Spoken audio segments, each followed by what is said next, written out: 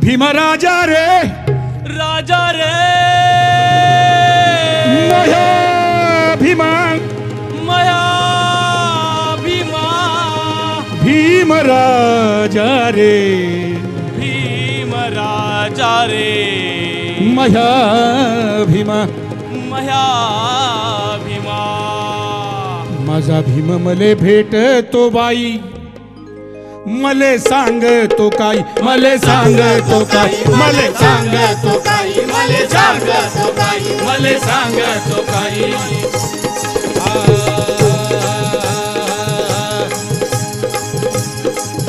माझा भीम मले भेटतो बाई मले सांग तो काही मले सांग तो काही मले सांग तो काही मले सांग तो काही मले सांग तो काही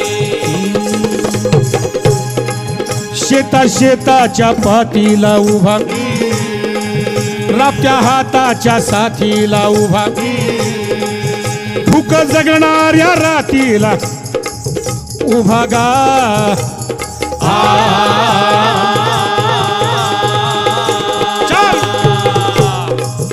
भूक जगणाऱ्या रातीला उभा मुख्या वासराच्या अस्वात बाई भीम पाहते बाई भीम पाहते बाई भीम पाहते बाई भीम पाहते बाई भीम पाहते बाई साळच्या दारात उभा ताक लेखण्यांच्या शाईत उभा बुका बुकाच्या राशीत उभा चिमणीच्या वातीत उभा वाती वातीच्या उजेडात उभा गा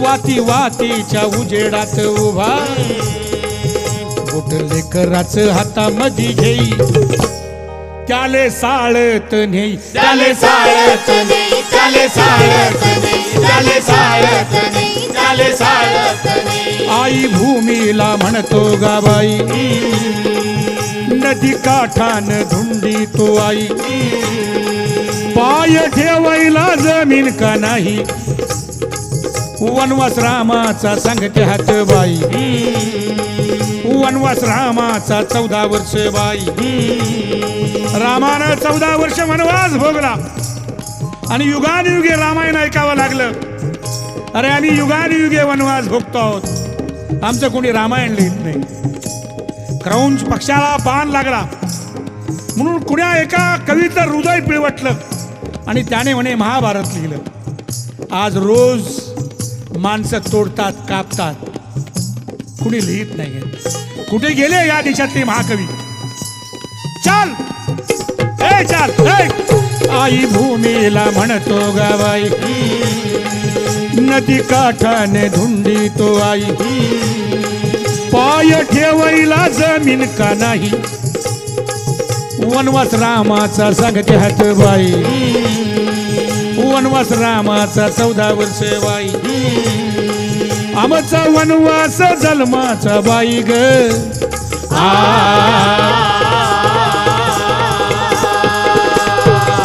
आमचा वनवास जन्माचा बाई त्याच आहे का कुणाला काही भीम गरजून सांगतो बाई मागून मिळणार नाही मागून मिळणार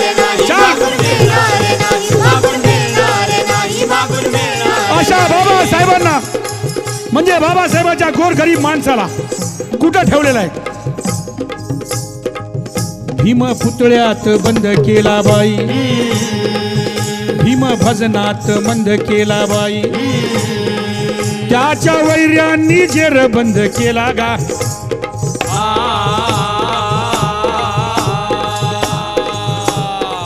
त्याच्या वैर्यांनी जेर बंद केला गा ग भीम माझा रडी तो गा ढाई ढाई आसू डोई बेडी पायी वळीव अस्वांचे कोसळती बाई अंग अंगची चौताळते बाई भीम बाजारी अनलाग बाई त्याची जाहिरात झाली गा बाई सारे खाटीक जमले गा बाई ग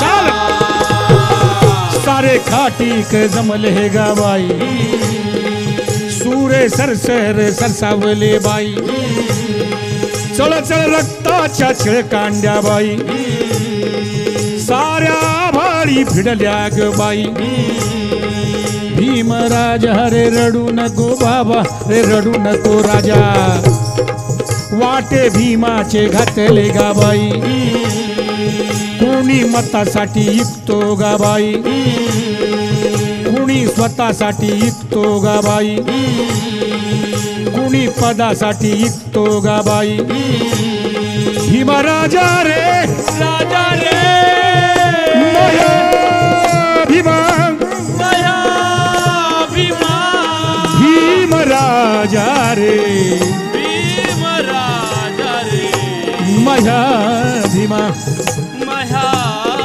भीमा भीमा पुतळ्यातून बाहेर ये बाबा भीमा भजनातून बाहेर ये बाबा नवा विचार घेऊन ये बाबा वार मुक्तीच घेऊन ये बाबा भीम येणार पण अवतार घेऊन नाही उद्याचे बाबासाहेब हे आपल्या लढ्यातून आणि चळवळीतून येणार आहेत आणि म्हणून वाट पाहते माझी आई भीम येणार भीम येणार भीम येणार येणार बाई वाट पाहते बाई वाट पाहते बाई वाट पाहते बाई वाट पाहते बाई वाट पाहते बाई वाट पाहते बाई वाट पाहते बाई वाट पाहते बाई वाट पाहते बाई वाट पाहते बाई वाट पाहते बाई वाट पाहते बाई वाट पाहते बाई वाट पाहते बाई वाट पाहते बाई वाट पाहते बाई वाट पाहते बाई वाट पाहते बाई. नमस्कार.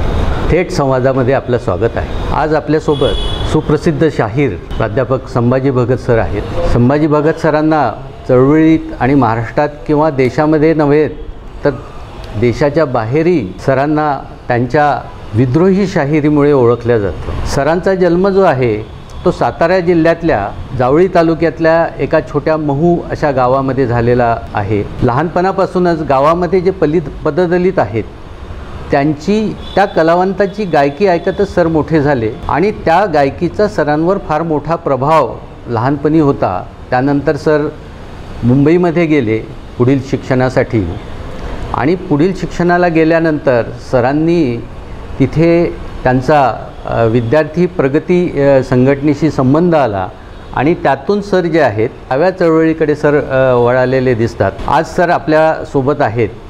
आज आपण त्यांच्याशी थेट संवाद करणार आहोत. त्या दलित चळवळी आहेत, आंबेडकरी चळवळी आहेत किंवा इतरही चळवळी आणि आजची सगळी परिस्थिती यावर आपण सविस्तर बोलणार आहोत.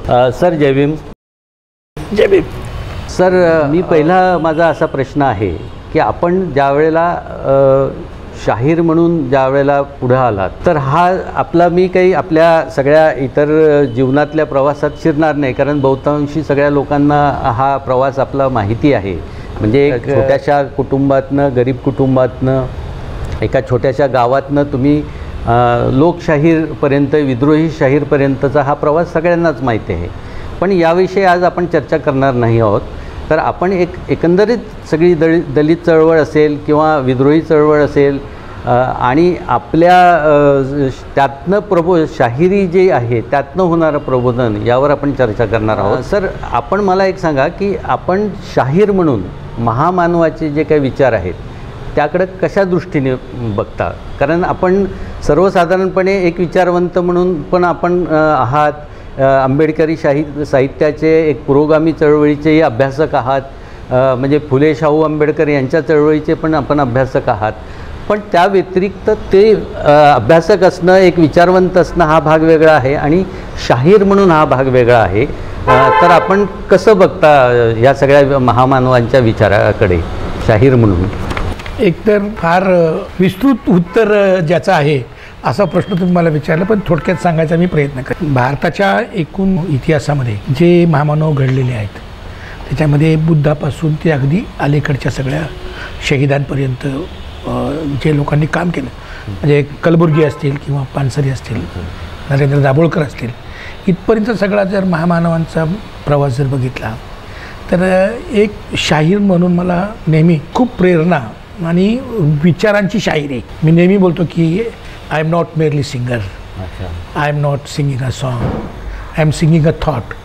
हे जे बोलण्याचं धाडस आहे हे मला त्या महामानवांमुळे मिळालं. मी नेहमी एक लक्षात घेतलं की महामानव त्या त्या काळासाठी काही गोष्टी सांगून गेलेल्या असतात. महामानवांना त्यांच्या कॉन्टॅक्ट्समध्ये त्या संदर्भात बघावं लागतं. त्यांनी जे त्या काळासाठी जी काही उत्तरं दिली ती काही उत्तरं ही चिरंतन असू शकतात, म्हणजे अखिल मानवजातीला पुढच्या हजारो वर्षांसाठी त्याची उत्तरं देऊन गेलेली आहेत. पण काही उत्तरं जी आहेत ती आपल्याला आजच्या काळामध्ये, आजच्या परिस्थितीमध्ये त्या महामानवांच्या विचारांचा विकास करून शोधावे लागतात. आणि म्हणून जे महामानव मुळात निर्माण होतात त्याचं कारण असं आहे की आता समजा बाबासाहेब आंबेडकरांचं उदाहरण जर घेतलं तर फुल्यांच्या विचारांचा विकास केला म्हणून बाबासाहेब झाले. आणि बाबासाहेबांच्या विचारांचा विकास जर आपण केला तर पुढच्या काळातलं एक सामूहिक नेतृत्व म्हणा किंवा सामूहिक कला, एक साहित्य, संस्कृती ही निर्माण होण्याची शक्यता आहे. आणि तसं मी बघतो की बाबासाहेबांनी 70 वर्षापूर्वी जे काही सांगितलं तर बाबासाहेब आज असते तर त्यांनी आत्ता जे काही संघ परिवाराचं जे काही दुर्गुस चाललेलं आहे आपल्या देशामध्ये त्याच्या बाबतीत बाबासाहेब काय बोलले असते असं मी इमॅजिन करतो. आणि मला कधी कधी असं थोडंसं कलाकार असल्यामुळे असेल म्हणा किंवा काय, मला असं वाटतं की मला बाबासाहेबांनी ही ड्युटी दिलेली आहे, ही मला बाबासाहेबांनी जवळ बोलून सांगितलेलं आहे, संभा हे काम तुला दिलेलं आहे, तू नीट कर, हे प्रामाणिकपणे काम करण्याची गोष्ट आहे, तू हे काम कर, तुला हे जमतं आहे. मी असा एक आदेश माझ्यासाठी आहे असं मी मानतो.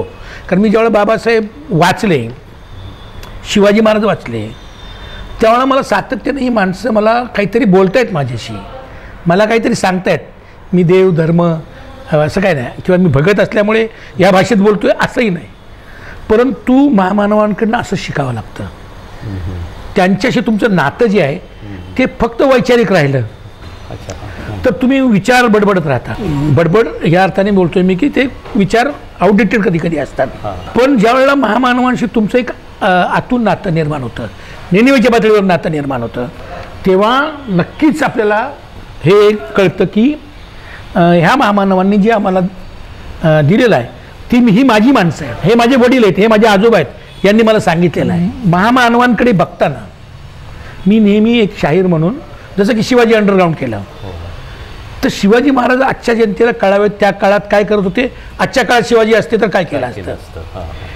किंवा बाबासाहेबांचा जलसा मी करतो तर तो जलसा म्हणजे बाबासाहेबांचं गुणगान आणि भक्ती आणि 1.5 तास 2 तास जिरहाजी करायचं ह्या धंदा माझा नाही आहे. मी भक्ती करणारा माणूस नाही, कारण मला बाबासाहेबांनी सांगितलेलं आहे, मला शिवाजी महाराजांनी सांगितलेलं आहे, भक्ती करू नका.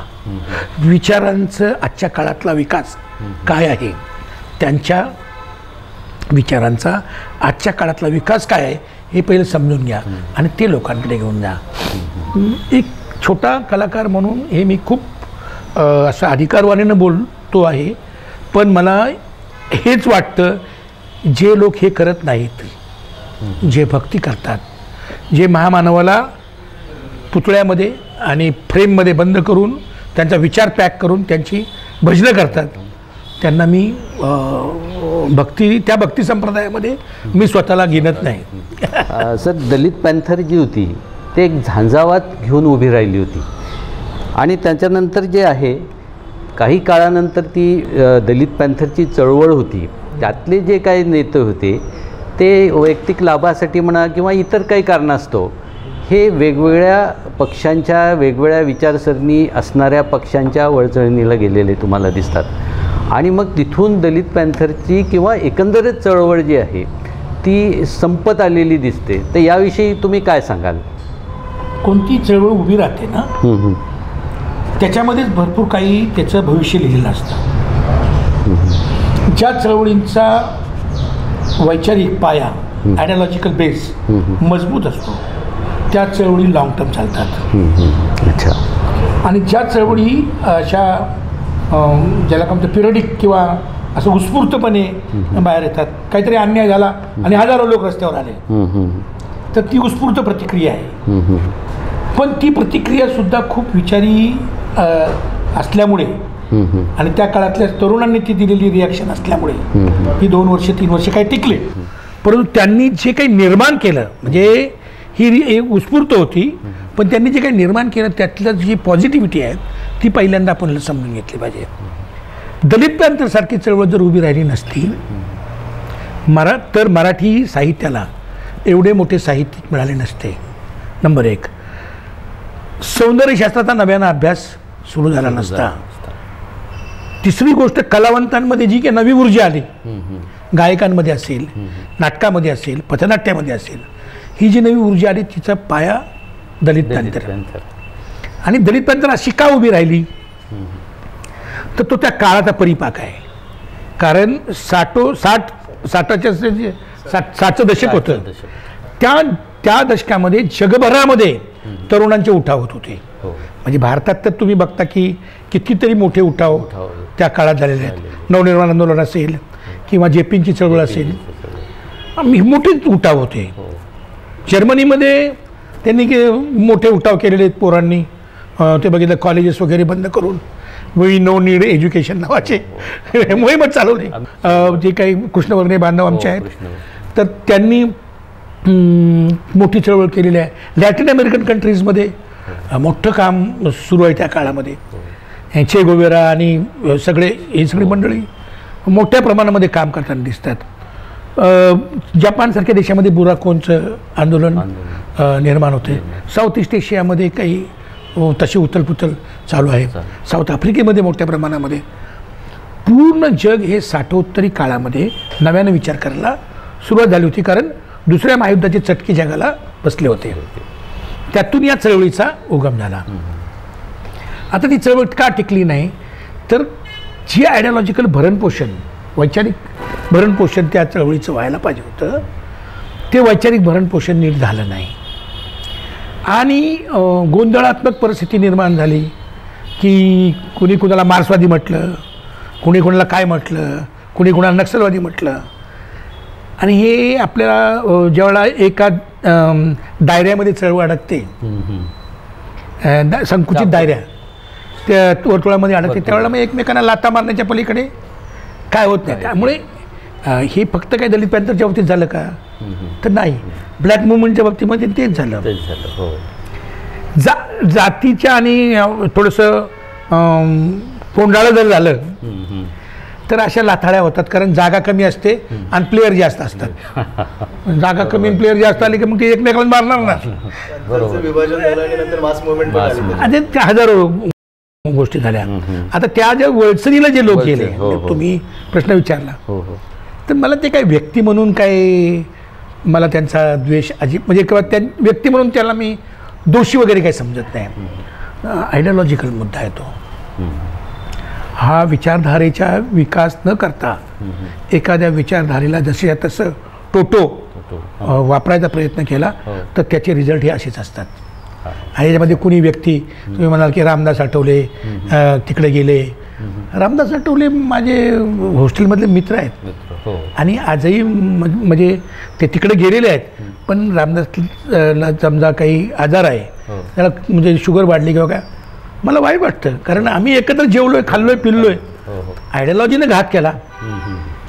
आपले बळी जे आहेत हे आयडिओलॉजीने बळी, जेव्हा आयडिओलॉजी बळी घेते तर तो सगळ्यात मोठा बळी असतो.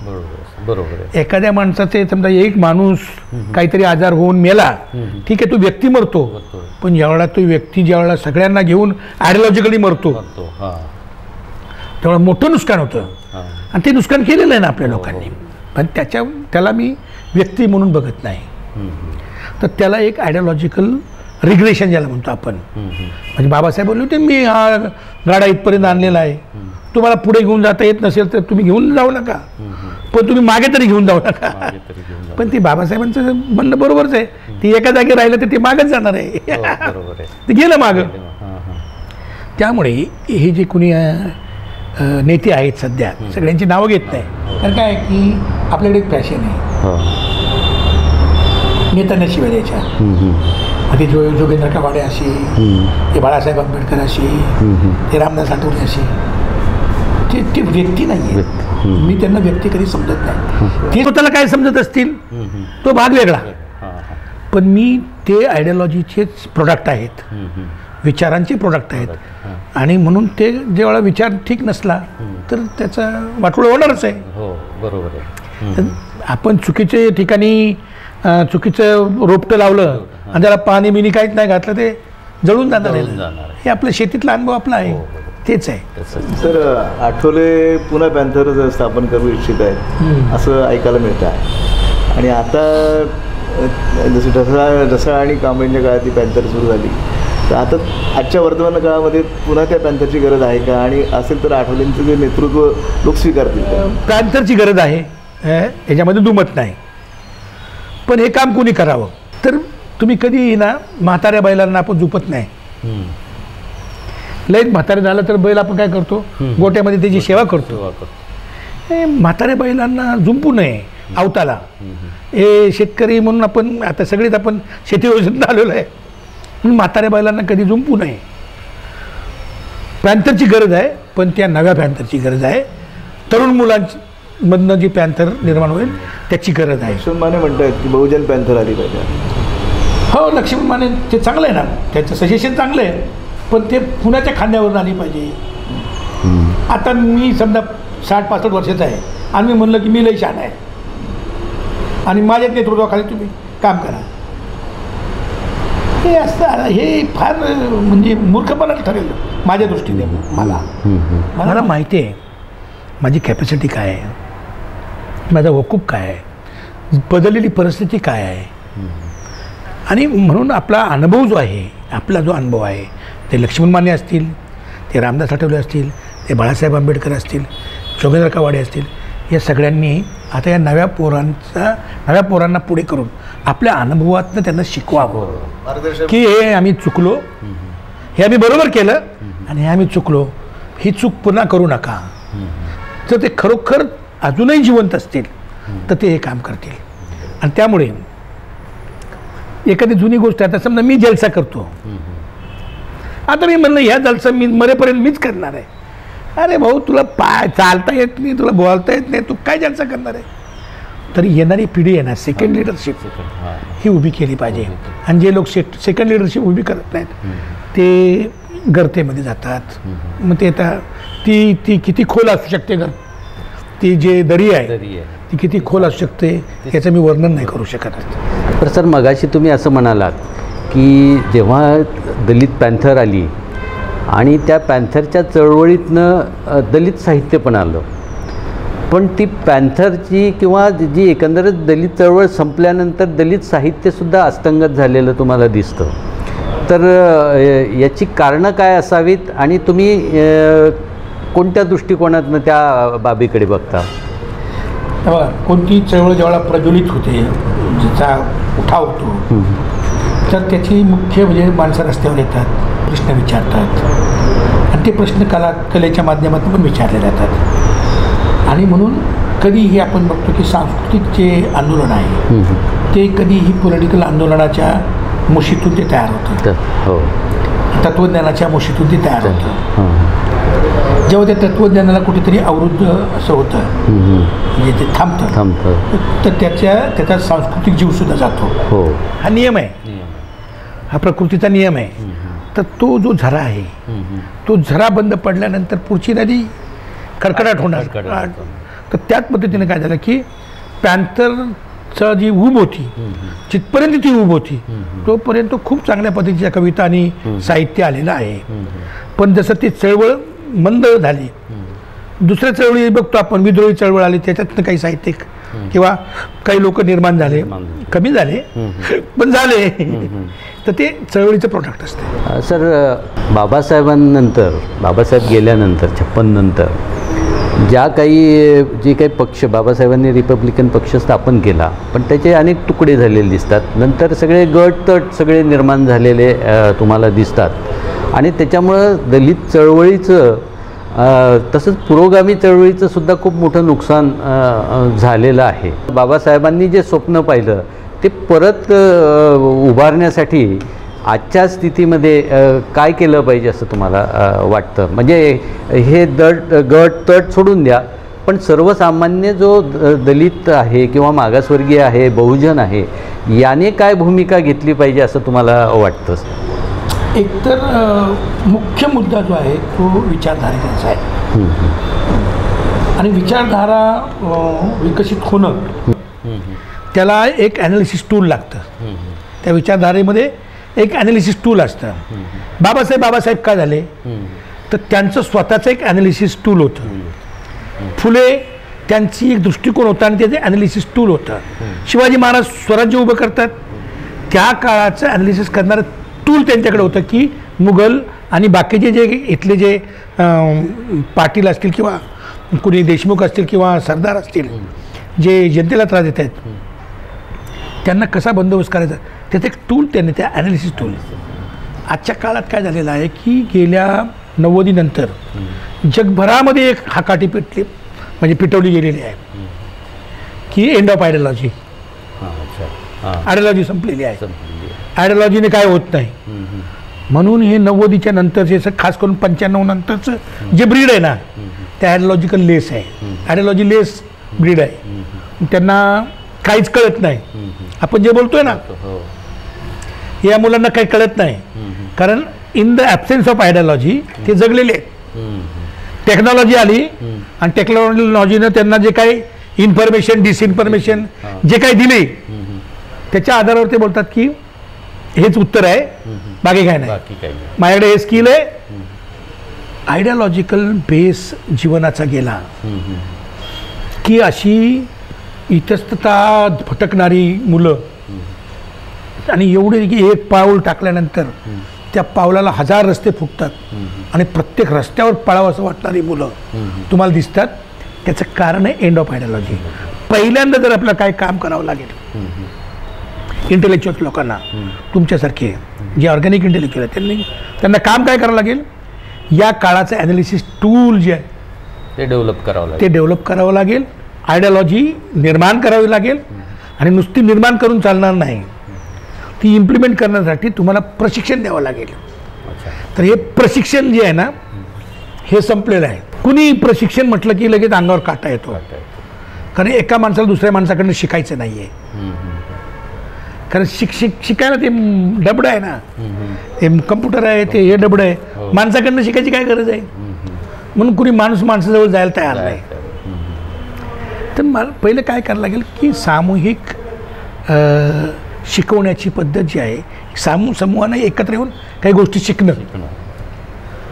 कुणी प्रेषित नाही आता येणार, कुणी बुद्ध, कुणी शिवाजीराय, तुकाराम, वारकरी संप्रदायाचे संत असे येऊन तुम्हाला शिकवणार नाही. आता आपलं स्वतःलाच घडवावं लागणार आहे आणि ते आपल्याला एकत्र येऊन करावं लागेल. तर ट्रेनिंगची पद्धत बदलावी लागेल. पहिलं तर आयडियॉलॉजिकल टूल निर्माण करावं लागेल, आयडियॉलॉजिकल अंडरस्टँडिंग निर्माण करावं लागेल आणि तिसरी गोष्ट आहे प्रशिक्षण, ट्रेनिंग. त्याचं स्वरूप बदलावं लागेल. आणि फक्त ट्रेन करून चालणार आहे का तर नाही, प्रत्यक्ष माणसाच्या घरात वस्त्यांमध्ये जाणारी जी जत्ते आहेत ते निर्माण करावे लागतील. आणि ते प्रत्यक्ष काम करणारे लोक आहेत ना तेच, म्हणजे आता तुम्हाला मी सांगतो की मी एक माणुसकीची शाळा सुरू केली. त्यामध्ये पहिलं त्याच्यात लिहिलं होतं की पहिलं दिलं आहे की इथे कुणी तुमचा नेता नाही, इथे तुम्ही कुणाचे कार्यकर्ते नाही, तुम्ही इथे एकत्र आलेला आहात ते काम करण्यासाठी. कामाची चर्चा होईल, चर्चेतून काम निर्माण होईल, पुन्हा कामाची चर्चा होईल. तुम्हाला जे काय करायचं ते काम करायचं आहे. आयडियॉलॉजी डेव्हलप करायची स्वतः. इथे कोण कोणाचा नेता नाही, इथे कुणी अध्यक्ष कोणाचे 4 पैसे घेतले जात नाहीत, कोणाला 4 पैसे दिले जात नाहीत. पद, पैसा, प्रतिष्ठा आणि प्रसिद्धी यांची ज्यांना हवा आहे त्यांनी इकडे येऊ नये. माणुसकी हरपलेली दिसते. तर म्हणून हे अशा प्रकारचे प्रयोग करण्याचे कारण काय काय हां की नव्यानं शिकायला पाहिजे आणि माणूस काय आपल्याला तुमच्या माझ्यामधलं जे माणूस पण आहे ना ते मोठ्या प्रमाणामध्ये मिळलेलं आहे. याचं कारण की मृत्यू जो आहे तो आयडिओलॉजिकल आहे. आयडिओलॉजिकल मृत्यू झालेला आहे आपला. आणि माणूस फक्त काही असा जीव गेलेला म्हणजे काय म्हणतात ना आत्मा गेला चेतना नाही पहिला विचाराने मरतो नंतर काय शरीराने जगला काय मेला काय एकच असतो. सर तुम्हाला असं वाटतं का की ही जी चळवळ आहे मुवमेंट आहे म्हणजे जी दलित चळवळ प्रामुख्याने आपण म्हणूया किंवा पुरोगामी चळवळ जी आहे ती संपवण्यासाठी काही विचारशक्ती किंवा विचारसरणी पद्धतशीरपणे प्रयोग करतायत का किंवा पद्धतशीरपणे प्रयत्न असे त्यांचे सुरू आहेत का? शोषक शासित हे जे लोक आहे म्हणजे एक वरचा वर्ग वर्ण आणि लिंगाच्या अंगाने सत्ता चालवणारे समजा एक वर्ग आहे जात आहे वर्ण आहे आणि पुरुष आहेत समजा आता हे काही सहजासहजी सत्ता सोडणार आहेत का? आता ते नाही आता दया आली तुम्ही लय गरीब परिस्थितीत जगता बाबा ही सत्ता घ्या असं तुमची आता सत्ता देणार आहेत का? नाही. मग ते काय करतात की पहिलं माणसाला कुठे मारायचं ते त्याचा इतिहास डिस्टॉर्ट केला जातो. डिस्ट्रक्शन केलं जातं इतिहासाचं. एक कुणीतरी तत्ववेत्ता मला नाव नाही आठवत आहे पण तो म्हणतो की एखाद्या देशाची तरुणाई जर तुम्हाला मारून टाकायची असेल तर तुम्ही शिक्षण व्यवस्था आणि ते इतिहास त्या देशाचा बदलून टाका. बरोबर ते आपोआपच मरते. तर मुद्दा असा आहे की ते त्यांचं काम कसं सोडतील सर्वायवल आहे त्यांचं.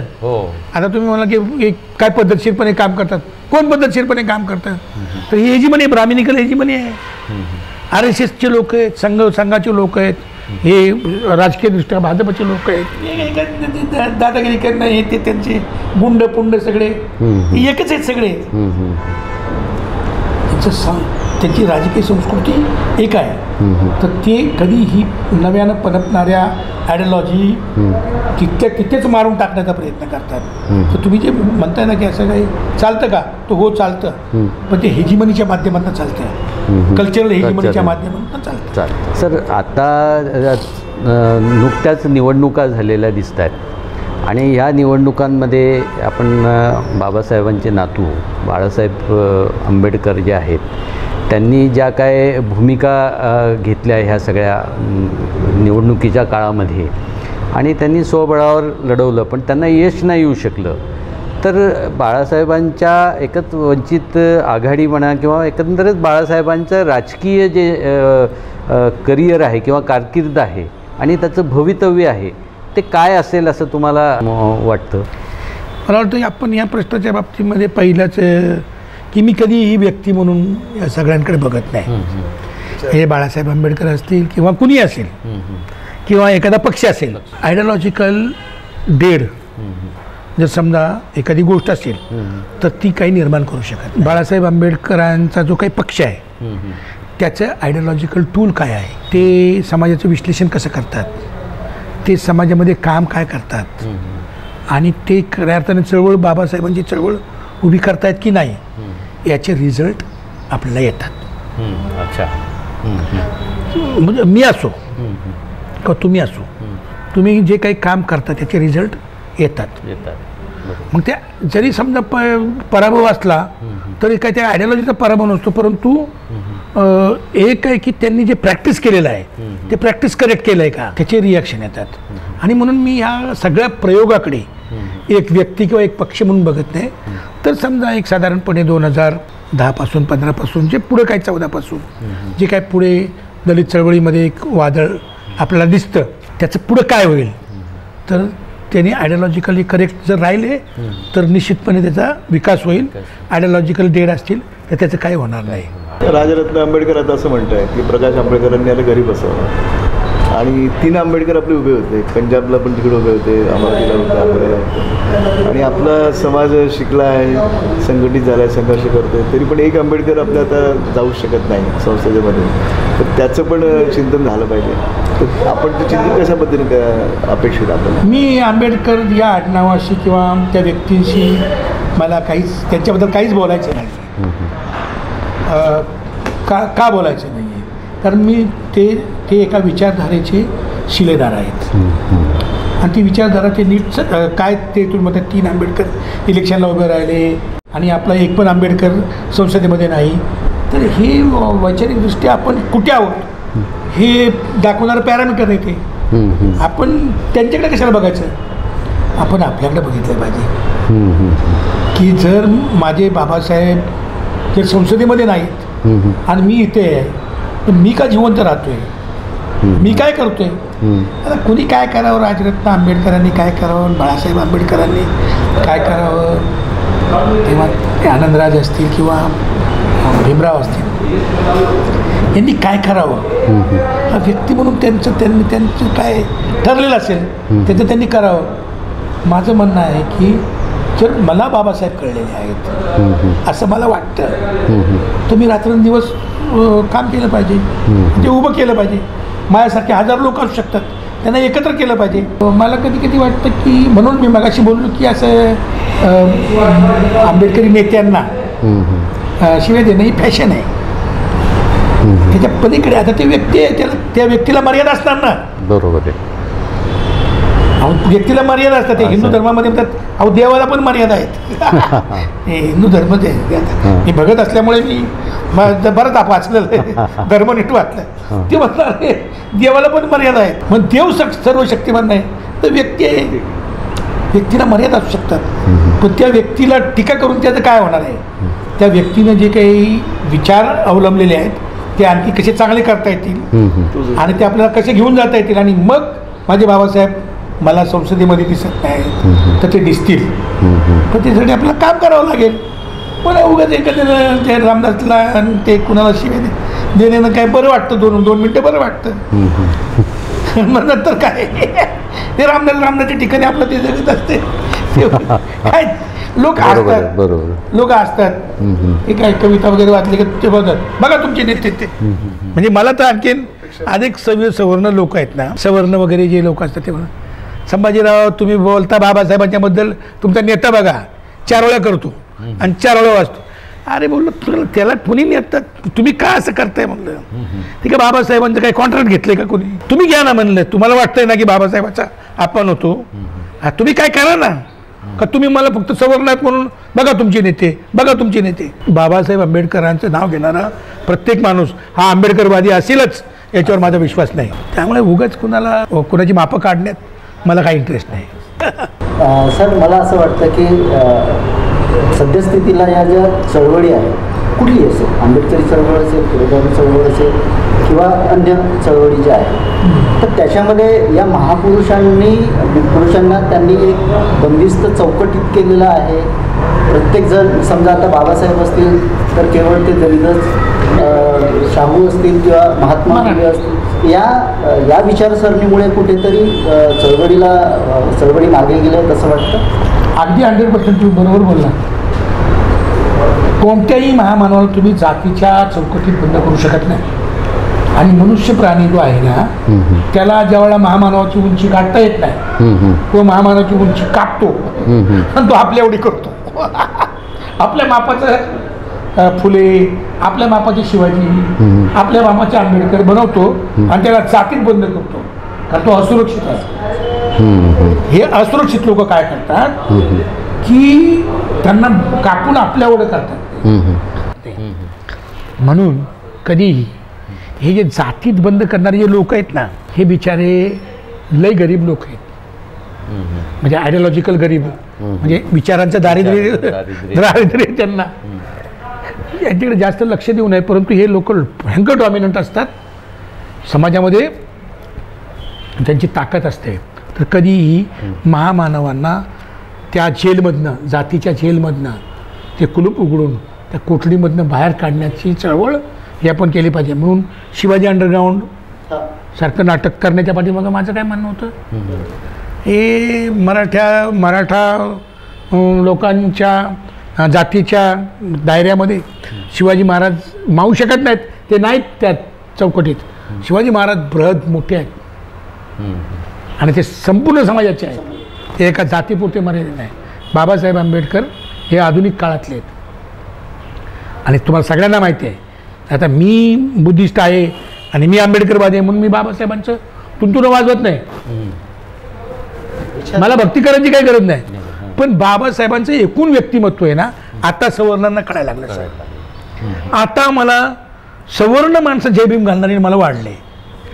कारण बाबासाहेब लोकांपर्यंत ती ताकद जी होती ती आता पोचली ना. आणि जोपर्यंत तिथं जातीतच बंद होते तेव्हा मी गाणं लिहिलं की भीम पुतळ्यात बंद केला बाई, भीम भजनात बंद केला बाई, त्याच्या वैऱ्यांनी जेर बंद केला का. तो वैरी काय फक्त काय बाहेर आहेत का, आत आहेत. त्यांनी तो जेर बंद केलेला आहे. भीम माझा रडितो का ढाई ढाई आसू डोई बेडी पायी. का माणसाचा जिवंतपणी कुणी खून केला ना तर ठीक आहे, ते माणूस मरतो, पण त्या महामानवाचा विचाराचा खून होतो तो सगळ्यात मोठा खून आहे. सगळ्यात मोठा डिझास्टर ते आहे. आणि बाबासाहेबांचं ते डिझास्टर करण्याचं काम हे बाहेरचे आणि आतले दोन्ही शत्रूंनी केलेलं आहे. आणि म्हणून जातीमध्ये म्हणजे ते फुल्यांना माळ्यांच्या चक्करमध्ये अडकवायचा प्रयत्न चाललेला आहे आता अलीकडे. आणि ते काही लोक जे पुरोगामी झूल पांघरलेले ते आता ते त्या धंद्याला लागलेले आहेत. त्यांना सांगायला पाहिजे की भाऊ ते फुले तुमच्या घरात नव्हते ना तेव्हा आमच्या घरात होते. आमच्या घरात पहिला फोटो फुल्यांचा लागलाय, बाबासाहेबांचा लागलाय, शिवाजी महाराजांचा लागलाय. तुम्ही आम्हाला आता फुल्यांना तुम्ही बंद नाही करू शकत, बाबासाहेबांना तुम्ही बंद नाही करू शकत. बाबासाहेब आता मी तुम्हाला सांगतो सर, बाबासाहेबांच्या आजूबाजूचे जे कुंपण आहे ना ते हळूहळू तुटायला लागलेलं आहे आणि ते आता स्प्रेड झालेलं आहे. आणि त्यामुळे बाबासाहेब हे जागतिक होतील. फुल्यांना बंद करण्याचा प्रयत्न चाललेला आहे. आणि त्याचं कारण असं आहे की हे कारस्थान आहे, हे कारस्थान आहे, वोट बँकचं कारस्थान आहे. आणि फुल्यांना आयसोलेट करून त्यांना वोट बँकमध्ये आणि त्या जातीचे नेते ते वापरत आहेत. म्हणून माझं म्हणणं आहे की कुठे कुठे तुम्हाला दिसलं की जातीत बंद होते तिथे संघर्ष करा. सर तुम्ही बघितलं असेल संस्कृती म्हणा, शिक्षण म्हणा, राजकारण म्हणा, कला म्हणा, याच्यावर एक अतिक्रमण झालेलं तुम्हाला दिसून येतं. तर याविषयी तुम्हाला काय वाटतं? हा गेल्या 10-15 वर्षातला जो काळ आहे ना, खास करून 90 नंतरचा म्हणजे हे 30-35-34 वर्षाचा जो काळ आहे, या काळामध्ये फाशिझम जी काही ब्राह्मणी फाशिझम आहे त्याची आयडियॉलॉजी एकदम स्ट्रॉंग झाली. ती स्ट्रॉंग झाली तर ती काय फक्त राजकीयदृष्ट्या स्ट्रॉंग होते का? नाही, त्याचे सांस्कृतिक परिणाम येतातच. तर जसं ते त्यांच्यावर सत्ता आली त्याच्या आधीपासूनच त्यांच्याकडे माध्यमं होती, शिक्षण होतं, मीडिया होता, पेपर होते, सगळे संपादक होते, सगळं होतं त्यांच्याकडे. आता डायरेक्ट राजसत्ताच आली तर त्याचा परिणाम होणार ना. बरोबर आहे. मग ते साहित्याच्या क्षेत्रामध्ये तुम्ही बघाल, विद्यापीठांचे सगळे कुलगुरू कोण आहेत ते बघाल, साहित्य संस्थांचे सगळे जे कुणी मोरके आहेत ते बघा, ते सगळे तेच लोक आहेत, ते फाशिस्ट लोकांचे समर्थक आहेत. तर गेल्या 10 वर्ष अतिक्रमण 10 वर्षात नाही झालेलं आहे. अतिक्रमणाची सुरुवात ही 90च्या काळात, 90ला सुरुवात झाली आणि 90 नंतर ते वाढत गेलेलं आहे. तर आपल्याला हे लक्षात घेतलं पाहिजे की ज्यावेळेस cultural hegemony, Brahmanical cultural hegemony ज्यावेळेस या देशामध्ये स्ट्रॉंग होते तेव्हा सगळं विष हे त्या ब्राह्मणी हेजिमनीमधनं वाहत काळापर्यंत जातं. मग ते मीडियामधनं जातं, ते शिक्षणातनं जातं, ते पेपरमधनं जातं, ते सगळ्या तुमचे सगळे जे काही छोटे मोठे जे काही सांस्कृतिक कार्यक्रम होतात त्यातनं जातं, रांगोळी घालण्यामधनं जातं. पण मग सर याचे समाजावर किंवा एकंदरीत सगळ्या ज्या काही सांस्कृतिक काही असतील गोष्टी असतील म्हणजे कल्चरल तुम्ही म्हणता ते शिक्षण असेल, राजकारण असेल किंवा इतरही सगळ्या गोष्टी समाज घटक असतील सगळे, याच्यावर नेमके काय परिणाम होता असं तुम्हाला वाटतं? ह्या सगळ्या गोष्टींचे काय होतं की पहिला दिवा विझतो, विवेकाचा दिवा विझतो. अच्छा. हां. आणि विवेकाचा दिवा विझला की माणूस आंधळा होतो, त्याला दिसत नाही समोरचं, ऐकू येत नाही, तोंड असून बोलता येत नाही. आणि ही अशी जी मुख्या बहिऱ्याची आणि आंधळ्याची अवस्था जी ती आपली होते. आपण डेड होतो आणि आपण बघतो की शहरं सगळी अशी मुडद्यांनी भरलेली शहरं आहेत. आयडिओलॉजिकल डेथ ही भयंकर आहे. त्यामुळे ही सगळी शहरं खेडी ही अनेक वर्षांपूर्वी मेलेल्या लोकांचे मृदयांचा कच आहे. त्यामुळे किती जरी त्यांच्यावर अत्याचार झाले, अन्याय झाले, तर ते बोलत नाहीत, ते बाहेर येत नाहीत. आणि आपण म्हणतो अरे असं का होतंय, असं का होतंय. तर ही आयडिओलॉजी संपलेली, दिवा विझलेली, विवेकाचा दिवा विझलेली जे लोक आहेत ते आहेत. आणि त्याचा परिणाम आपल्याला दिसतोय. हळूहळू आपण दिवा लावू, दिवा लागतो. काही काळ हा ह्या काही काळ आहे ना असा कल्चरल अटॅक येतो, पॉलिटिकल अटॅक येतो, आर्थिक अटॅक येतो, हल्ला होतो. काही काळासाठी चळवळ पाठीमागे जाते. पण नेहमी आपण बघितलंय की तो काळ गेला की पुन्हा एक नवीन लाट येते, नवीन सूर्योदय होतो, नवीन सूर्योदय होतो. रात्र येणारच आहे ना. अहो दिवस आहे म्हणजे रात्र येणार ना.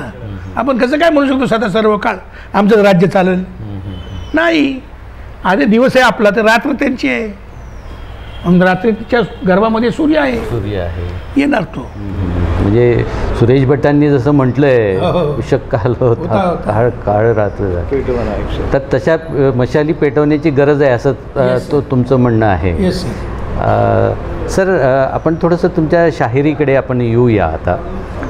सर, तुम्ही तुमची शाहिरी बघितली किंवा तुमची गीतं ऐकली किंवा तुम्ही एकंदरीतच सगळं जे काय सादर करता ते बघितलं, तर जे तेलंगणा किंवा पूर्वीचा आंध्र प्रदेश आहे, तर त्याचे जे एक साम्यवादी लोकशाहीर जे होते गदर, यांचा मोठा प्रभाव तुमच्यावर दिसतो. त्यांची एक ती जी विशिष्ट शैली होती ती शैली तुम्ही वापरताना बरेचदा दिसता.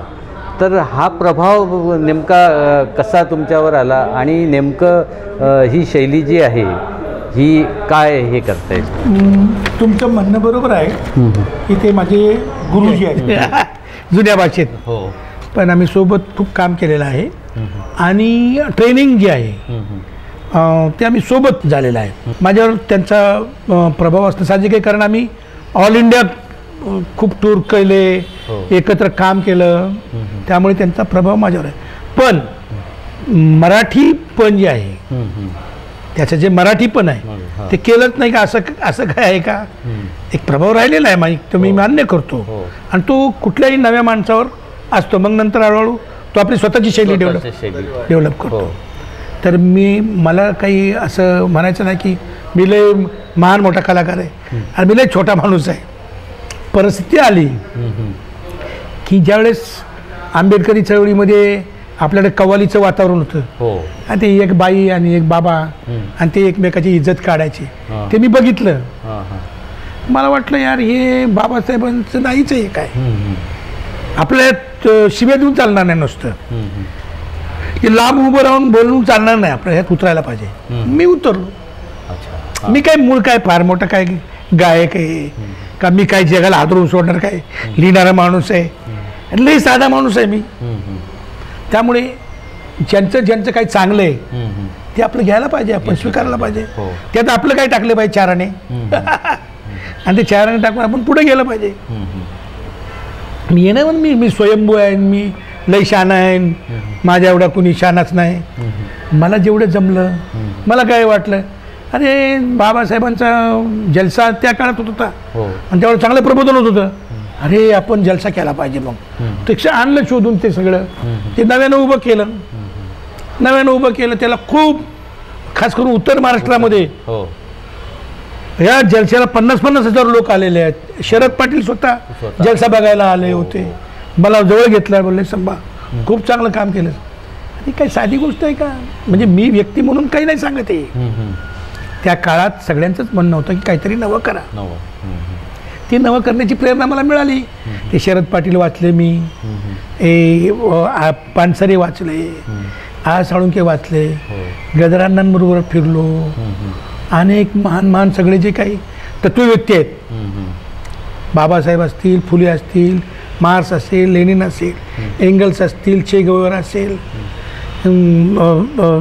तुमच्या कल्चरल हेजिमनीच्या बाबतीमध्ये मांडणी करणारे ग्रामशी असतील, सगळ्यांना वाचत मातीशी संवाद करत करत मला काय करता आलं ते मी केलेलं आहे. त्यामुळे प्रभाव हा फक्त काय शैलीचा नाही, विचारांचा पण आहे. आणि तिथे सगळं जे काही चांगलं आहे तर त्या महामानवांच्या विचारांचा प्रभाव आहे. मूळ प्रभाव त्यांचा आहे, गदरचा नाही. मूळ प्रभाव माझ्यावर त्यांचा आहे. आणि गदर त्या सोबतच काम करतो. म्हणून त्यांची ती गायनाची शैली तुम्ही चांगली वाटली म्हणून. मराठी पण केलं त्याचं. हो, मराठी आता शिवाजी अंडरग्राऊंड त्याच्यामध्ये काय आहे. हो, बॉम्बे 17 केलं, त्याच्यामधलं म्युझिक तुम्ही बघा. हो, नागरिकला म्युझिक दिलेलं आहे. कोर्ट आहे, कोर्टला म्युझिक केलेलं आहे. हो हो, बघा ना तुम्ही ते. मी नाकारत नाही, परंतु हे पण नवं उभं केलेलं आहे. स्वतःची शैली पण त्याच्यामध्ये स्वतःच्या माध्यमातून विचार करत गेले. आणि माझ्यावर जो प्रभाव आहे तो त्या महामानवांचा आहे. आणि उद्याचे महामानव गदर आहे, हे लक्षात ठेवा. अच्छा. उद्या तुम्हाला कळायला उशीर लागेल, पण तुम्ही ती माती नाही बघितली, ते त्याचे जे प्रभाव आहे ना आंध्रामध्ये आणि तेलंगणामध्ये, तेलंगणा राज्याचे ते शिल्पकार आहेत. जसे आपल्याकडे अण्णाभाऊ साठे महाराष्ट्राचे शिल्पकार आहेत, तसे ते आहेत. फार मोठा माणूस, आणि मला फार अभिमान आहे की माझा मोठा भाऊ आहे. आमचे मोठे बंधू आहेत, ते गेले. वाईट वाटतं खूप. आता 1 वर्ष झालं, फार वाईट वाटतं. तर ही अशा प्रकारची माणसं जीवनामध्ये येणं हे खूप, मी काही भाग्यबिग्य मानत नाही, नशीबिशीब मानत नाही, परंतु अशा प्रकारच्या माणसांचा सहवास मिळणं मोठी गोष्ट आहे. आता शरद पाटील असतील, त्यांचा प्रभाव आहे, त्यांच्या साहित्याचा, त्यांच्या एकूण विचारधाराचा प्रभाव मी फार ओपनली मानतो ते. आणि ते स्वतः मला जवळ घेतलेलं आहे, त्यांनी जवळ बसून शिकवलेलं आहे. जलसा बघायला एक शरद पाटील स्वतः आले, जलसा झाल्यानंतर जवळ घेतलं मला, संभाजी वर्धन, पानसरे, ते त्यांचा सहवास लाभला. त्यांच्यामुळे शिवाजी अंडरग्राऊंड लिहिण्याची मी आली. साळुंखे, त्यांच्याबरोबर मी 5 वर्ष काम केलं.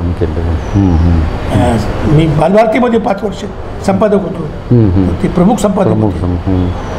आता ही जी म्हणजे माझ्या जीवनावर आणि साहित्यावर, काही साहित्य म्हणण्यापेक्षा जी काही 4 तोडकी मोडकी गाणी आहेत त्याच्यावर जो प्रभाव आहे ह्या सगळ्यांचा आहे. सर, आता जसं तुम्ही आता सांगितलं की ह्या सगळ्या महामानवांचा प्रभाव आहे, तसं जे लोकशाही गदर होते त्यांचाही प्रभाव आहे, कॉम्रेड शरद पाटलांचाही प्रभाव आहे, आणि ह्या सगळ्या लोकांचा प्रभाव आहे. पण मुळामध्ये तुम्ही लहानपणापासनं जे हे होतात, तर त्या आईचा किंवा वडिलांचा काय तुमच्या ह्या सगळ्या गोष्टींच्या याच्यावर काही प्रभाव तुमचा आहे का? किंवा तुमच्या एकंदरीतच तुम्ही सांगितलं की जे त्या काळातले जे पददलित समाजातले जे कोणी कलावंत असतील, गायकी गाणारे असतील, त्यांचा, आईवडिलांचा किंवा एकंदरीत तुमच्या जीवनावर कोणाचा, ह्या सगळ्या लोकांचाही काही प्रभाव आहे? एवढं दारिद्र्य होतं, संस्कार करायला कोणाला वेळ आहे हो? अच्छा. 10-12 पोरं होणार एका माणसाला. आता कुठं खाते, कुठं झोपते, कुठं पडते, कोणाला काय पता नव्हता हो. त्यामुळे पण आईची एक माया असते. कुणी लेकरू असतं, आईची असते, वडिलांची, त्यांचे कृपाक्षेत्र होतं म्हणून हे इथपर्यंत तर आलो ना आपण. पण त्याहीपेक्षा मोठं काम हे त्या पददलित समाजामधले जे कलाकार आहेत त्यांनी त्या काळात जे काही गायलं ते मी ऐकलं. त्याच्यात त्यांचे संस्कार मोठे आहेत माझ्यावर. त्याच्यानंतर काही शिक्षक, आपण जेव्हा जगतो तेव्हा हजारो माणसं, जग सगळं वाईट नाही आहे. म्हणजे मला तुम्ही विचाराल ना, जग वाईट नाही आहे, आपल्याला लय माणसं वाईट भेटतात, परंतु हे जग चांगलं आहे कारण याच्यामध्ये 2-4% तरी लोक चांगले आहेत म्हणून ते जग टिकलेलं आहे. त्या 2-4% लोकांच्या सानिध्यामध्ये मी आलो. त्यामुळे, आणि मग माझी आई वडील त्या 2-4% मध्ये आहेत. अच्छा. कारण सर, मी हा प्रश्न विचारण्याचं कारण असं होतं की त्यावेळेला सगळी अशिक्षित होते, आईवडील किंवा सगळा समाज बराचसा अशिक्षित होता, ते गरिबी होती प्रचंड, पण बाबासाहेबांच्या विचाराचा प्रचंड मोठा प्रभाव त्या लोकांचा होता. आणि खरी जी चळवळ जी वाढली किंवा टिकली ती त्या लोकांच्या विचारावर किंवा त्या बाबासाहेबांचा जो पक्का विचार त्यांच्यात रुजला होता त्यातनंच ती चळवळ वाढलेली आहे. आणि त्यांचे जे संस्कार होते त्या बाबासाहेबांच्या चळवळीचे हे आपण जे दलित पॅन्थरचे नेते म्हणा किंवा आजची जी सगळी म्हणे त्यांच्यावर होता. म्हणून मी हा मुद्दाम प्रश्न तुम्हाला विचारला की तुमच्या घरामध्ये सुद्धा आईवडिलांवर बाबासाहेबांचा विचारांचा प्रभाव होता आणि तो तुमच्यात आला का? आईवर होता. आईला कळत होतं की हे बाबासाहेबांचं काम करतायत. म्हणजे आता कॉलेजला होतो मी तर कधी कधी आता हे असं लाईफ होतं माझं. त्यामुळे बाकीच्या गोष्टी पण हे मारामाऱ्या वगैरे हे सगळे जे काही आता नामचीन लोक आहेत त्यांच्याशी पण माझा संबंध होता. कधी कधी लोक सांगायचे अरे गुंड आहे गुंड आहे. माझी आई बोलली नाही गुंड नाही बाबासाहेबांचं काम करतोय. तर आता होतं ते आता झोपडपट्टीत धारावीच्या राहिल्यामुळे हात्यारं पात्यारं या अमुक तमुक हे संबंध येतच होते. गँगस्टर फिंगस्टर हे सगळे लोक आजूबाजूला होते. नामदेव माझा मित्र होता, खूप जवळचा मित्र होता. तर तुम्हाला ते थोडक्यात समजून घ्या तुम्ही. पण ज्यावेळेला कुणी माझ्या आईला सांगायचं की हा गुंड आहे तर माझी आई सांगायची नाही तो बाबासाहेबाचं काम करतो. म्हणजे तो तुम्हाला एकंदरीत घरातनं त्यांचा एक पाठिंबा किंवा हा सगळा विचार होता. सर आजचं आंबेडकरी साहित्य जे आहे, आंबेडकरी साहित्य, आंबेडकरी समाज आणि आंबेडकरी राजकीय चळवळ वर्तमानामध्ये कशी असावी आपण सगळं बघतो की गेल्या मधल्या या 60पासून 19 तर आपली चळवळ उभी राहिली. परंतु आता त्या चळवळीची सोयी शकलं होत आहे.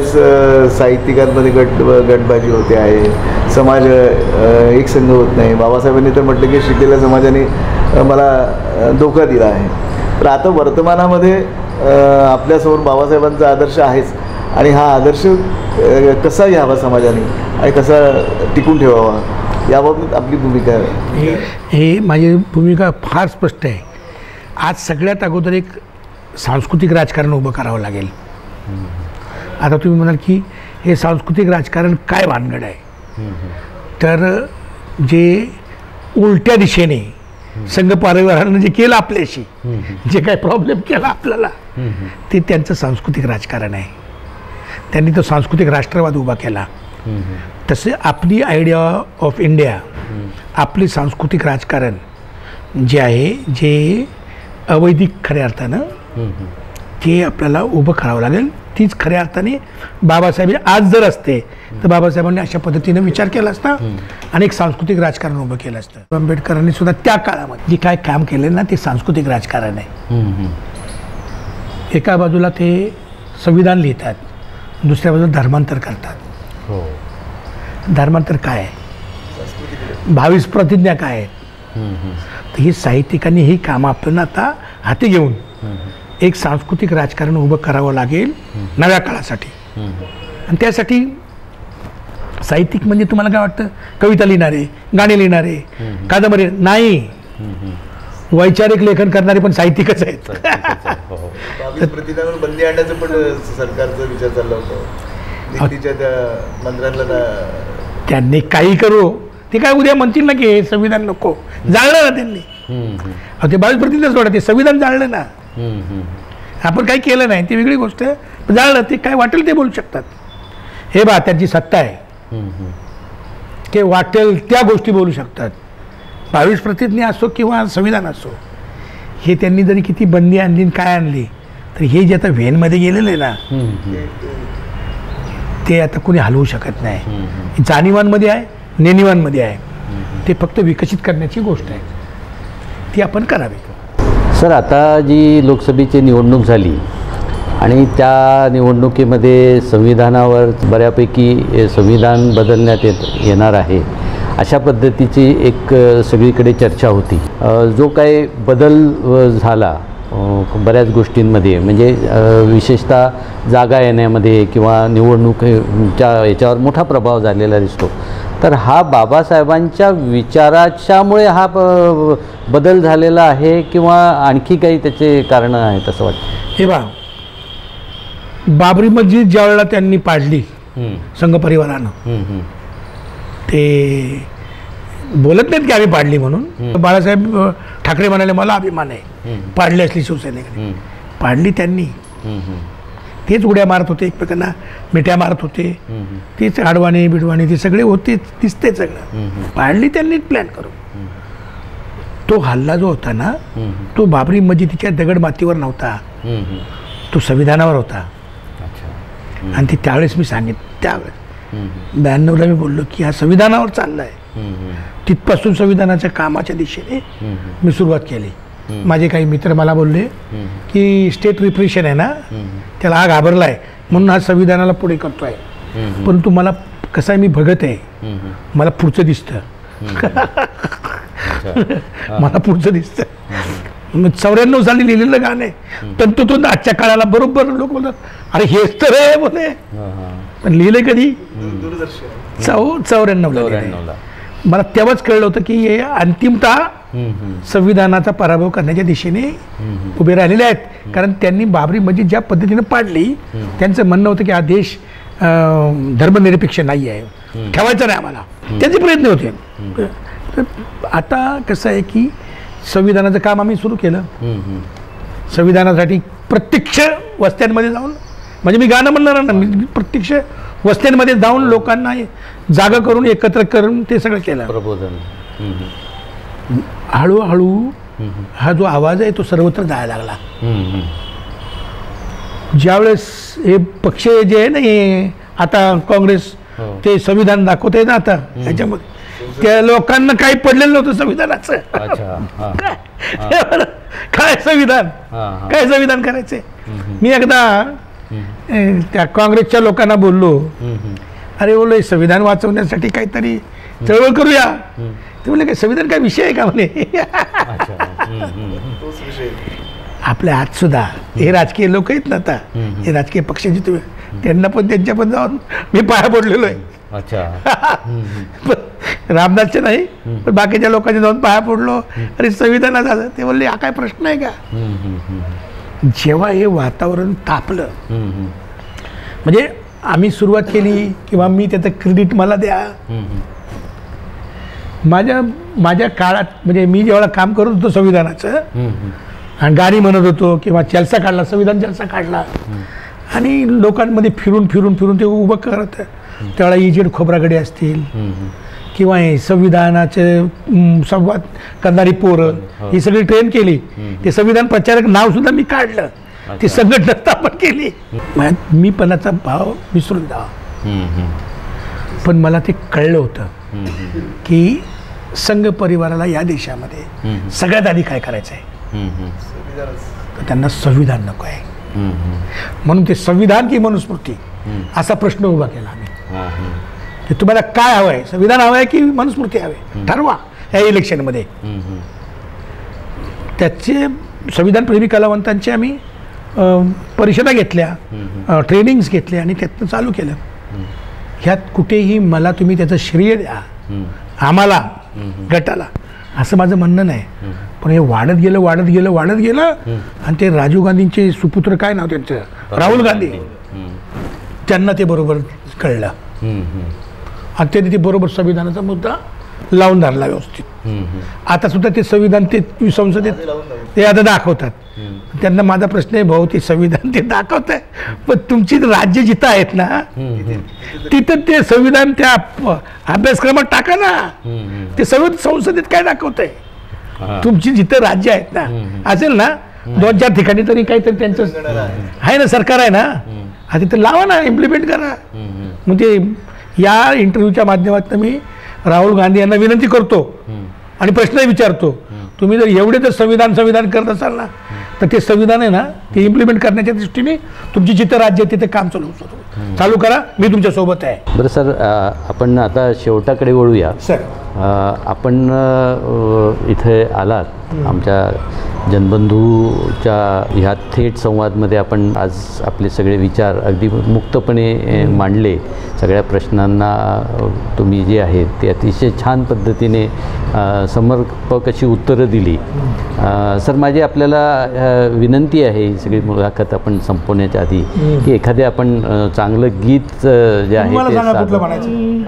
यू खाली पिली खोपडी कायकू सटकाता मामू, यू देश धर्म के नाम से कायकू भटकाता मामू, यू खाली पीली खोपड़ी कायकू सटकाता मामू, यू देश धर्म के नाम से कायकू भटकाता मामू. ये देश ये देश ये देश क्या होता मामूजी नहीं जानता, मामूजी नहीं जानता, नीव देश की कौन डालता, मामूजी नहीं जानता. ज्यांनी हा देश घडवला नाही, ज्यांना देश कसा घडतो ते माहीत नाही, ते लोक आम्हाला जेव्हा देशप्रेम आणि देशभक्ती शिकवतात, त्याला उत्तर म्हणून ते गाणं आहे. पूर्ण गाणं तर येत आहे. बस. जय